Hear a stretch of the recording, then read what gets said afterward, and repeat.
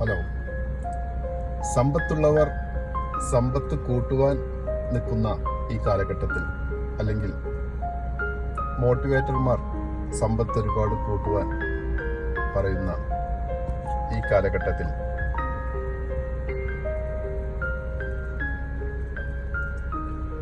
സമ്പത്ത്